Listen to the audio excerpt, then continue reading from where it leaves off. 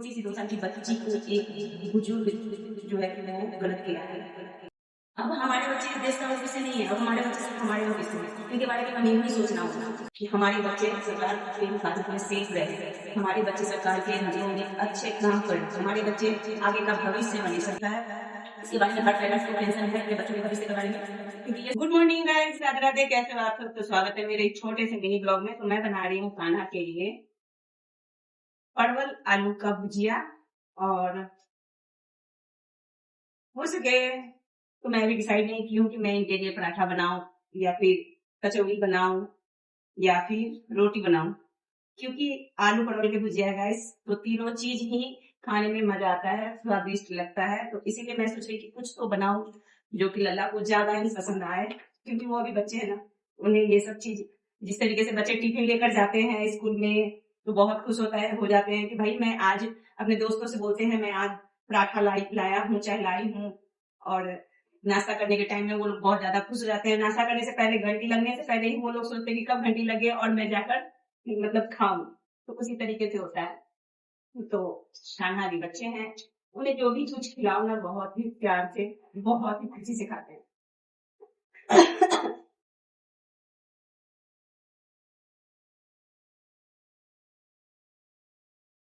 तो बिना प्याज का ये भुजिया बनता है, इसमें मैंने कच्चा मिर्चाई डाला है काट के, और तेल हल्दी नमक इसी से। तो अब मैं आटा निकाल के जा रही हूँ, आटा सामने, तब तक इसको ढक दिया है, ढक देने से जल्दी मतलब सॉफ्ट हो जाती है आलू परवल है। और उसके बाद मतलब 5 मिनट अच्छे से इसे सॉफ्ट करके मतलब ढक के सिजाओ, और उसके बाद फ्राई फिर करो ढक्कन हटा के 10 मिनट, तो अच्छे से कुरकुरी भुजिया होती है, जो कि बहुत ज्यादा स्वादिष्ट लगती है खाने में। तो मैं आप लोगों से ना कुछ सवाल करती हूँ, ठीक है, यानी सवाल। और आप लोग ना मुझे कमेंट में इस चीज के बारे में रिप्लाई देना, ताकि मुझे भी समझ में आए कि सच में मैंने जो कहा है वो सही कहा या गलत कहा है। तो जंतर मंतर पे जो अभी प्रोटेस्ट चल रही है दिल्ली में अपने बच्चों के लिए, वो सही है या गलत है आप लोग जानते ही हो, कमेंट में बताना, ओके। मुझे लग रहा है कि बिल्कुल सही है। अपने बच्चों के लिए हम लोगों को लड़ना चाहिए, अपने बच्चे के हक के लिए, क्योंकि हम लोगों ने बहुत सारा मेहनत करके, बहुत सारा आशा लेके अपने बच्चों को पढ़ाने के लिए सोचते हैं और पढ़ाते हैं। और जब एग्जाम टाइम आता है तो एग्जाम देने के टाइम में सरकार अपनी ऐसी चाल चलती है कि मतलब कि सोचता क्या है, मैं बताती हूँ। अपने ही देश को लोगों को इतना लूटना है कि बस हम लोग राजा महाराजा हो जाए, और जो देश के गरीब है वो गरीब ही रह जाए। तो हम लोग पढ़ाते हैं बच्चे को, और मतलब एग्जाम के टाइम में पेपर लीक हो जाता है, कोई एग्जाम में एंट्री नहीं होने देती है 1 मिनट लेट होने की वजह से। तो ये सब कौन भुगतता है? सरकार नहीं भुगतती है, पेरेंट्स भुगतते हैं। बहुत ज्यादा दिक्कतें होती है, बच्चों को सुसाइड कर लेते हैं, ये सब सरकार को नहीं दिखती है। जबकि सरकार को हम लोगों ने खुद चुना है कि हमारे बच्चे सरकार के हिफाजत में सेफ रहे, हमारे बच्चे सरकार के नजरों में अच्छे काम करें, हमारे बच्चे आगे का भविष्य बने, सरकार को देखकर, सरकार को मोटिवेशन के तौर पर हमारे बच्चे समझे। लेकिन पता नहीं ये किस तरीके की अपने भारत में चल रही है, मुझे समझ में नहीं आ रहा है मैं क्या बोलूं और नहीं बोलूं, क्योंकि ज्यादा बोलने पर भी सही बात नहीं है। मैं हूं अब कुछ, अगर किसी को तकलीफ हो जाती है तो बहुत दिक्कत होती है, लेकिन हाँ, मेरे बच्चे यानी हमारे बच्चों को अगर तकलीफ होगी तो कौन कितना सहेगा। बहुत सारे बच्चे जब सुसाइड करते हैं ना, उस टाइम जब देखती हूँ ना, तो बहुत रोना आता है कि मैं सोचती कि उस जगह अगर मैं रहती, मेरे बच्चे रहते तो कैसा महसूस होता, मैं ये सोचती हूँ। इसीलिए मैं अभी ये बातें बोल रही हूँ, मुझे जो समझ में आ रहा है मैं बोल रही हूँ। मैं बस सरकार से यही निवेदन करती हूँ कि जो भी अभी प्रोटेस्ट चल रहा है, तो प्लीज आप लोग मिलकर सॉल्व करो, और अपने देशवासियों के बारे में सोचो।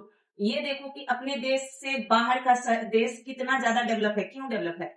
क्योंकि सरकार अपने ही देश के मतलब कि जनता से खुश है, और जनता भी सरकार से खुश है। क्यों खुश है? क्योंकि कोई भी चीज बिना सोचे समझे सरकार नहीं करती। अगर कुछ भी हमें लगता है कि अगर करती भी होगी तो वो जरूर है कि अपने जनता को इस चीज के बारे में समझ में समझाकर करती होगी, ताकि वो इस तरीके के प्रोटेस्ट से बच सके। हमेशा इस तरीके से नहीं होती।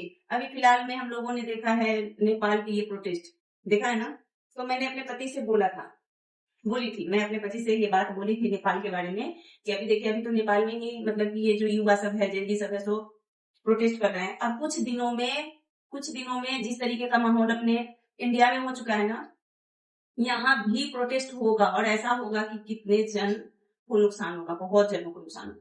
और ये होगा ही होगा। मैंने ये चीज इनको कहा था, बहुत चीज के लेकर दिक्कत है। मतलब कि उधर देखो सुसाइड, उधर देखो बच्चे का रेप, उधर देखो मर्डर, उधर देखो कुछ, उधर देखो कुछ, मतलब दिन रात ये सब देख देख कर ना और ज्यादा सर दुखने लगता है। और कैसे ना लोग देखे, किसकी करनी आज के समय में मोबाइल नहीं चलती है, टीवी नहीं चलती है, किसकी करनी नहीं होती है। और ये न्यूज वाले न्यूज देते हैं तभी तो लोग देखता है। और ये जितना ज्यादा दिखाया जाता है ना उतना ज्यादा बढ़ते जाता है। मेरा यही कहना है कि जितना ज्यादा दिखाया जाता है ना उतना ज्यादा बढ़ते जाता है। और बढ़ते जाता है इसलिए है कि सरकार इस पे कोई एक्शन नहीं ले रही है। उधर वो मर्डर कर दी या फिर कर दिया, उसको कुछ दिनों के लिए जेल हुई, जेल हो गई। उधर रेप हुआ, उसको कुछ दिनों के लिए जेल हुई, वो भी रेप हो छूट गया। तो इस सब से और लोगों को मन का जो है बदमाशी बढ़ते जा रहा है। सोचता है यही कि हाँ कितना दिन होगा, इतना दिन होगा ये, फिर तो बाहर निकल ही जाएंगे। मैंने कल देखा है एक वीडियो जिसमें एक रील्स में एक लेडी बोल रही थी कि एक छोटी सी 2 साल की बच्ची को एक बुजुर्ग जो है वो गलत किया है। वो बताओ कितना बड़ा कांड है। ये सरकार को नहीं दिख रही है, ये नहीं दिख रही है सरकार को।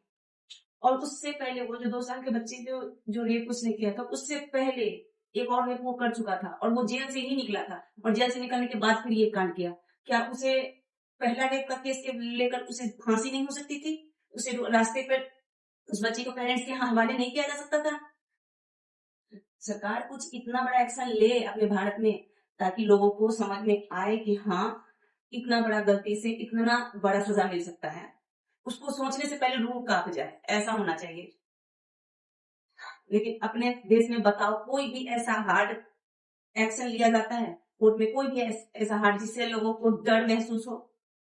कभी नहीं। तो गाइस और बातें मैं बाद में करूंगी इसके बारे में, वीडियो में एक दो और बनाऊंगी, क्योंकि मेरे मन में शांति तब तक नहीं मिलेगी जब तक मैं ये प्रोटेस्ट के बारे में अच्छी खबर नहीं सुन लेती हूँ। तो अभी मुझे हो गया है खाना बनाने का, मतलब खाना बना रही हूँ, अभी हो गया है मुझे लल्ला को उठाने का टाइम। तो मैं इस आटे को अच्छे से मिला देती हूँ और फिर पानी लेकर, दूध लेकर या फिर माखन मिश्री लेकर मैं जाऊंगी और लल्ला को उठाऊंगी। और उठाने के बाद मैं उन्हें दूध माखन खिलाऊंगी, क्योंकि लेट हो जाएगा तो अच्छी बात नहीं है। तो इसके बारे में आप लोग कमेंट में जरूर बताना कि मैंने जो कहा है वो गलत कहा है या सही कहा है। तो प्लीज कमेंट जरूर करना और जितना ज्यादा हो सके शेयर करना, और शेयर करने के बाद लाइक और फॉलो भी कर लेना, ताकि मुझे हिम्मत मिले, मेरी डर अंदर से थोड़ी सी खत्म हो कि हाँ मैंने जो कहा है वो गलत नहीं कहा है। इसके बारे में हर पेरेंट्स को टेंशन है अपने बच्चों के भविष्य के बारे में, क्योंकि ये सही बात नहीं है कि बार बार देखते हो नीट की एग्जाम जो पेपर लीक हो जाती है, तो इससे हमारे देश में सरकार को डॉक्टर कहाँ से मिलेगी? ये सोच सकता है कोई? नहीं सोच सकता है। इसीलिए तो सोचते हैं कि भाई सरकार, देखते हो ना, एक चीज तो देख लो, सरकारी हॉस्पिटल में क्या डॉक्टर सही है? नहीं है। जो भी प्राइवेट डॉक्टर है वो अच्छे खासे पैसे अपने पढ़ाई में खर्च करते हैं, तो अच्छे खासे पैसे प्राइवेट में लेते भी हैं। तो इसी की वजह से मतलब सरकारी हर एक चीज धीरे धीरे उठता जा रहा है। ना ही नौकरी, ना ही मैं पढ़ने दूंगा और ना ही मुझे नौकरी देनी पड़ेगी। मैं यही जानती हूँ, इसी के चक्कर में लगी हुई है। तो प्लीज कमेंट करना, लाइक करना, शेयर करना और फॉलो भी कर लेना। और कमेंट में मुझे बताना कि आपको मेरी बातें कैसी लगी, ताकि मुझे समझ में आए कि हाँ मैंने गलत बोला है या सही बोला है। क्योंकि हमारे बच्चे हमारा भविष्य है। अब हमारे बच्चे इस देश का भविष्य नहीं है। अब हमारे बच्चे इस देश का भविष्य नहीं है। अब हमारे बच्चे सिर्फ हमारे भविष्य हैं। इनके बारे में हमें ही सोचना होगा। तो वीडियो कैसी लगी कमेंट में जरूर बताइएगा। राधे राधे। भारत माता की जय।